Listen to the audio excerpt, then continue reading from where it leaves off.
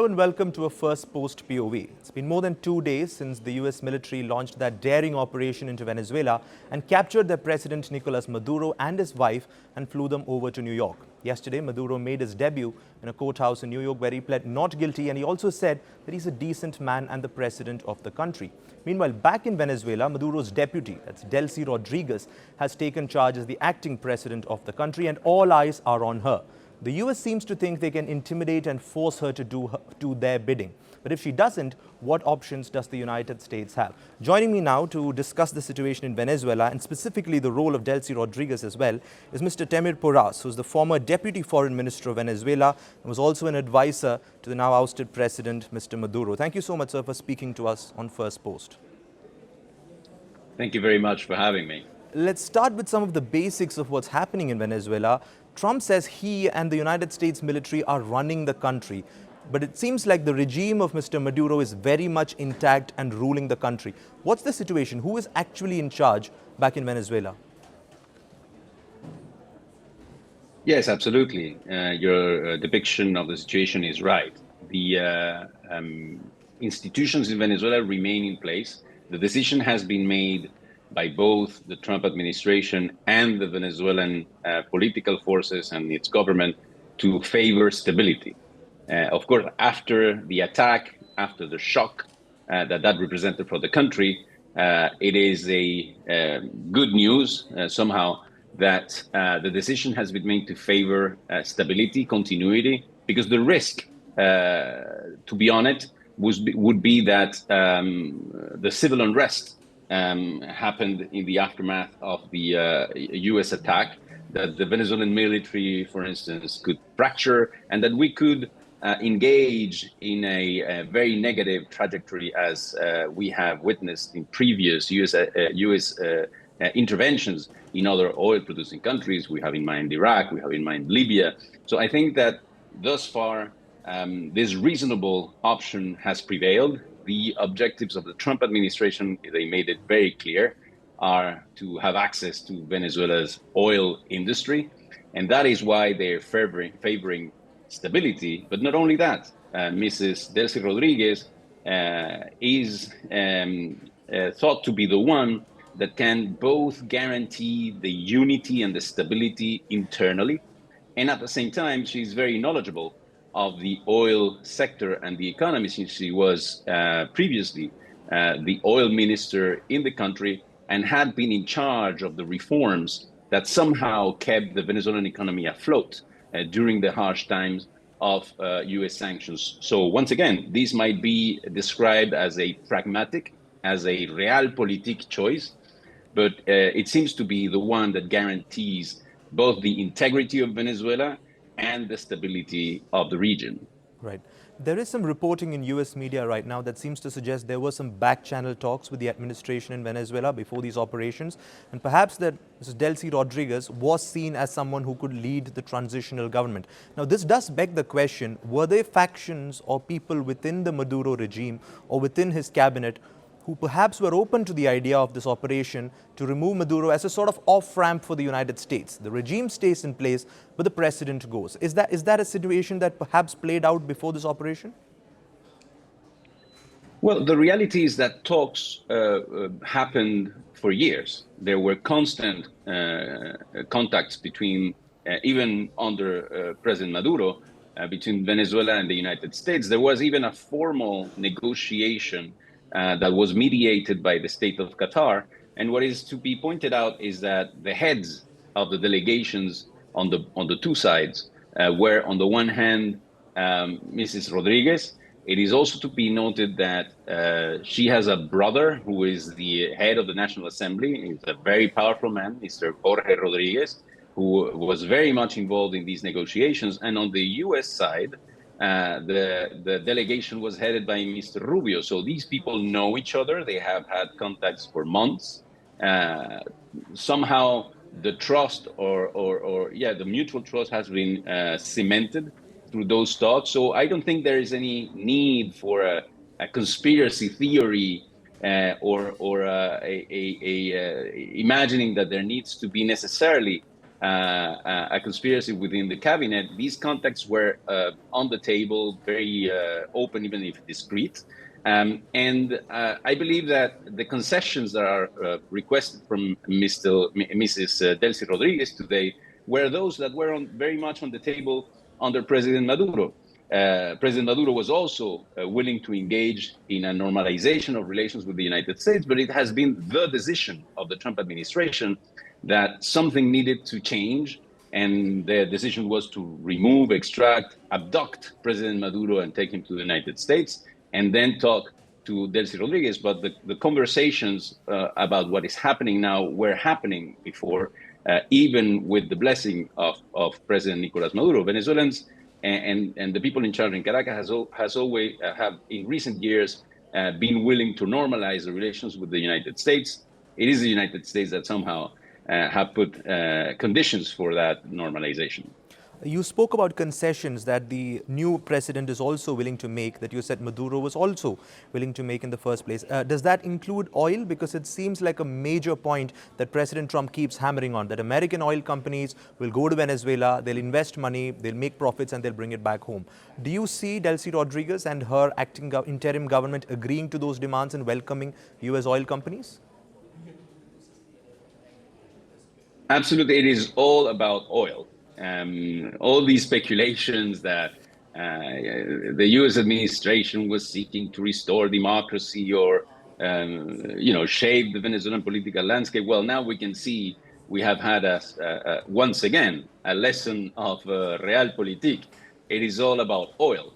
Of course, President Trump has formulated his demands in a most outrageous manner, claiming that the Venezuelan oil belongs to the United States, that Venezuela somehow stole the oil from the United States. This is quite incredible, since the oil is sitting under Venezuelan territory. But the reality is that in the past, American oil companies were very much engaged in the oil industry of Venezuela.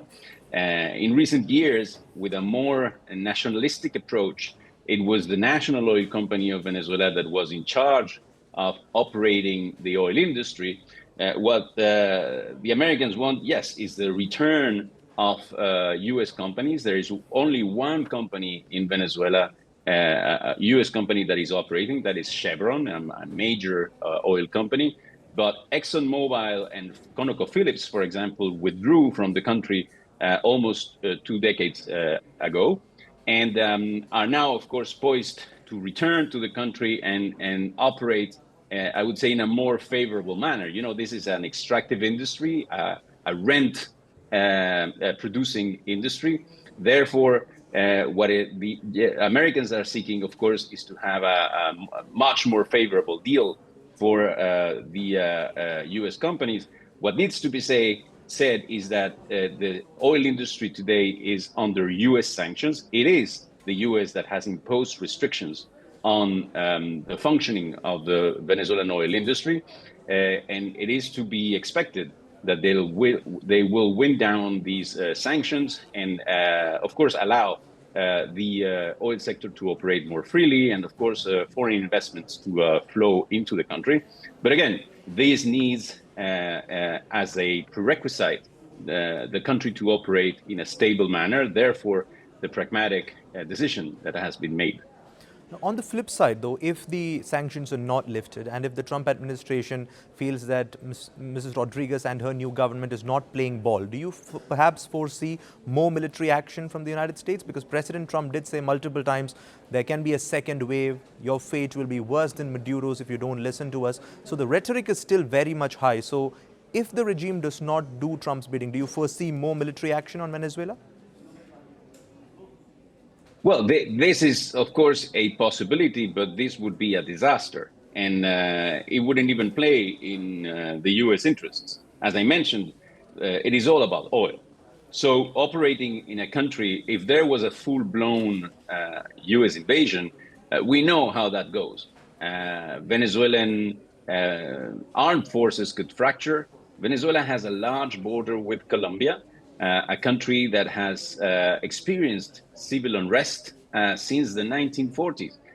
Irregular groups, guerrilla groups, operate along the border of Colombia and Venezuela, if there were to be full-blown intervention and attack on Venezuela that would spark a armed conflict in the country, it is to be expected that this destabilization would lead to violence, that irregular groups could emerge, and that this chaotic situation, of course, would not allow for the alleged U.S. objectives to be fulfilled. So I think it's, of course, a danger. The U.S. has shown they're ready to use force, but they have also shown restraint and some level of rationality making this stability political choice.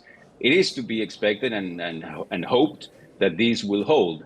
It is nonetheless worrying that the Trump administration has been also raising accusations against other Latin American leaders, for instance, the president of Colombia, for instance, that has been the target of harsh criticism and threats from the Trump administration. It is, it is our hope that these remain only verbal intimidations and that they do not spark any more violence, since abusing this military interventionism could destabilize the region and open up a never-ending cycle of violence, which we all know was a platform against which even President Trump was elected, putting an end to never-ending wars. So this would play likely against his own objectives. Right. I wonder where this leaves the former president, the now ousted president, Mr. Maduro. Does Venezuela see him as an unfortunate but necessary sacrifice to have been made to ensure the stability and prosperity of the country? Does the regime go about making public statements that are demanding his release or fair trial in the US, but within there's a tacit understanding that Maduro is not coming back and he's a sacrifice that had to be made for the country's prosperity? Is that the thinking in Caracas, you think? Well, the thinking in Caracas is a little different in the sense that, as you mentioned, Mrs. Delcy Rodriguez is in charge, but it is to be noted that she is in charge as interim president. So according to the Venezuelan constitution, at least formally, the president, the sitting president of Venezuela is Nicolas Maduro, and they have made this point very clear. So I think this is the objective of this claim and of this proposition is twofold. On the one hand, the incoming president, the institutions cannot openly accept that the president was abducted. There's a matter of principle. They are now in charge. So if they were to accept that a sitting president can be abducted, of course they would doing themselves a very ill service. They would be potentially also targeted, and President Trump has made these threats in the past. So there's a matter of principle, but there is also a matter of legal base. If Mrs. Delcy Rodriguez were to declare herself as the sitting president, according to the Venezuelan constitution, which is why she is now in charge, of course, politically, it is the blessing of the Trump administration, but internally, the constitution of Venezuela says that it is the vice president that takes over if the president is absent. But if this absent were to be absolute, meaning if President Maduro were not to be the actual president of Venezuela, new elections should be convened. And in these troubled times, there is a consensus, both in the United States and Venezuela, that elections are not what the political actors want. They're seeking stability. So this claim, again, has a symbolic and a legal base in order to secure the stability of the country. On the topic of elections, you mentioned Venezuela's opposition leader, Maria Corina Machado. She gave her first interview recently and she said, I plan on coming back to Venezuela very soon. And her camp is basically hoping that they can get some military help to take over the reins after Maduro's departure. If she were to return, a hypothetical situation, would the regime welcome her return? Would they slap charges on her? Would they be wary of her, creating perhaps some sort of a rival camp within the country? How would the regime see her return? Well, I think that in the case of Mrs. Machado, we have a very vivid example of the price that a political organization has to pay when they completely outsource their strategy on a foreign government. Somehow the Venezuelan opposition has been for years focusing on obtaining international support and the support of the United States, working internationally, but neglecting the reality of power inside the country. And they have shown also their inability to achieve their political goals by themselves. So when the US administration took the decision to remove President Maduro, it is very clear that the Venezuelan opposition is not in charge. It is not for them to decide who runs the country, if there are going to be elections. So they are now subject to the decisions of the Trump administration. And in a, I would say, unexpected turn of events for Mrs. Machado, President Trump spoke very highly of Ms. Delcy Rodriguez and dismissed completely the ability of Ms. Machado to run the country. He had a point, in fact, because the Venezuelan military are extremely hostile to a potential Machado rule. And again, in the interest of stability, the Trump administration acknowledged this fact and completely dismissed the possibility of Mrs. Machado running the country. So I find it unlikely that this political actor will come back to Caracas any soon. And if she does, I believe it is unlikely that she will play a role in the current juncture. Right. Now, just pulling back from what's happening, you have worked in the Venezuelan government since the mid-2000s in various capacities. During your tenure, did such worries exist that the United States could possibly, if things go out of hand, launch a military operation to topple the regime? Because ideologically and strategically, the Venezuelan government has been opposed to the United States for a long time. Did fears exist even then that the US could do what it did on Saturday? Well, this possibility always existed. Nonetheless, it was a different time, different administrations also, who were also pressuring Venezuela, but through different means. May I remind, for instance, that back in 2002, more than 20 years ago, a coup d'etat against President Chavez, then the leader of the country and the inspirator of both Mr. Maduro and Mrs. Delcy Rodriguez. So a coup d'etat was organized against him, sponsored and supported by the United States. That coup d'etat failed, but nonetheless, it was a way of acting and destabilizing Venezuela.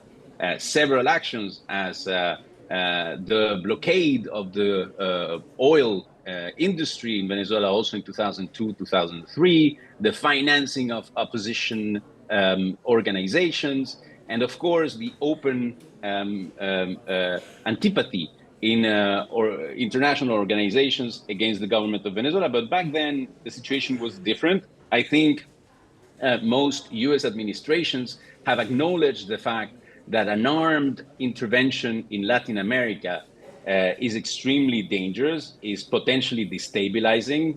For instance, the US administrations are mindful of the influx of migrants, and destabilization in such a nearby region, of course, is one that is expected to produce a flow of migrants to the United States, and also, as I mentioned, the potential outbreak of violence. So most administrations have refrained from engaging since the 1980s and early 1990s in armed conflicts. But as we know, this is a very peculiar US administration that can be unpredictable and volatile.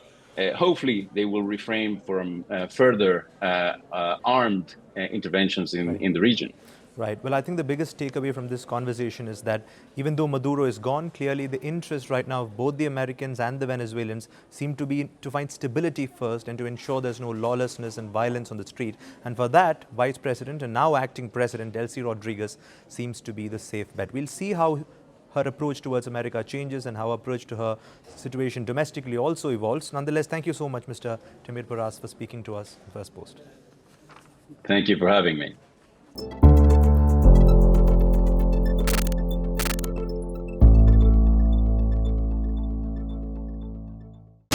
The world doesn't fit in boxes, so why should your news? From From battlefields to negotiation tables, from internet outrage to real-world injustice. The conversations everyone is having and the ones they're avoiding. It's the same show, but this new year, Firstpost America gets a new look. I'm Kerry Johnston, and this is Firstpost America.